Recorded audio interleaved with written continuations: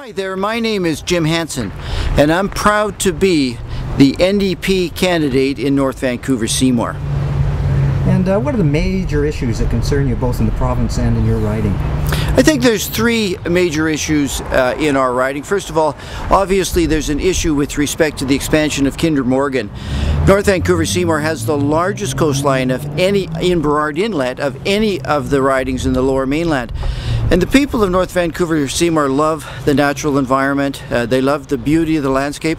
Some of my earliest memories are being with my mother at Kate's Park and marveling at the life in the foreshore. The people of North Vancouver Seymour do not want to convert Vancouver Harbour into a major export facility for bitumen. Another issue that's of great importance to people of North Vancouver Seymour is the education and occupational progress of their children.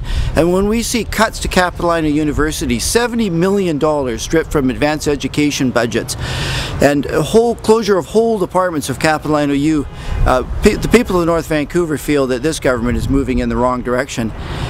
There's also an issue of trust in government and respect for government. And the people of North Vancouver, as I believe the people of the province, more and more of them have less and less respect for government, and that's because of the style of politics that's being pursued by the BC Liberals. What about, keeping with oil, what about Enbridge up north? Well, the BC NDP believes that Enbridge offers British Columbians too little rewards. Rewards are too few and the harms are too great.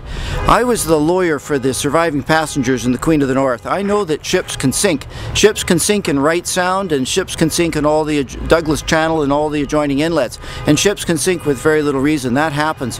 And it simply is not worth jeopardizing what is priceless for the few economic benefits that we see flowing from Enbridge in the direction of the people of BC. Keeping with oil and gas, what about fracking? So what are your feelings on that? Well, when it comes to fracking, it's a matter that has to be investigated very carefully. My understanding is that the fracking that's done in British Columbia can be done safely, and that it's a mistake to use the word fracking to apply to one concept to all of the different practices. I believe that fracking can be done safely in British Columbia, although I also believe the whole matter of fracking, as is the case with virtually any environmental concern, should be subjected to ongoing and a thorough review. What's your feelings regarding selling off Crown assets to pay down the deficit? Well, in our household, if we overspent, and it does happen, it has happened in our household, what we do is we put the bills on the kitchen table and we talk about them honestly. What we don't do is go sell one of our cars and pretend that our accounts are in balance. That's just not a constructive way to proceed, and I think that it's a great mistake for the BC Liberals to be pretending to have a balanced budget when they're achieving that by selling off Crown assets. Now, how do you intend to balance the budget, your party? How are you going to generate funds? Well, the BC NDP has come forward with three very modest tax increases: a 1% increase in corporate tax, a very small increase in tax on people who make over $150,000 a year. That's only going to affect 2% of British Columbians. And Mike de Jong, the finance minister himself, said in these times it is appropriate that people that have a little more give a little more, and that's why they raised a tax on those people as well. And then we're also proposing an expansion of the carbon tax, not an increase in the amount of the carbon tax, but an expansion of the areas that it covers.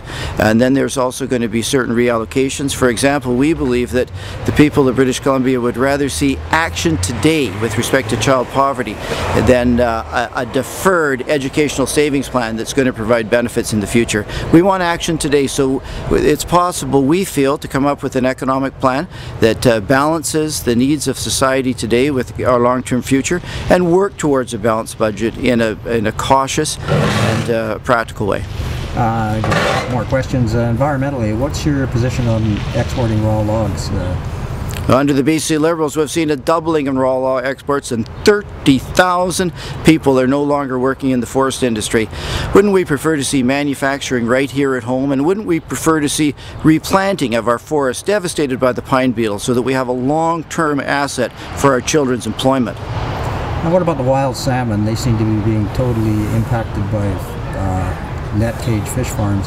What's your position on that? Well, we support the implementation of the Cohen Commission to ensure that whatever aquaculture takes place is sustainable and balances the needs of wild salmon against the aspirations of other economic sectors. Well, what's your last word on this?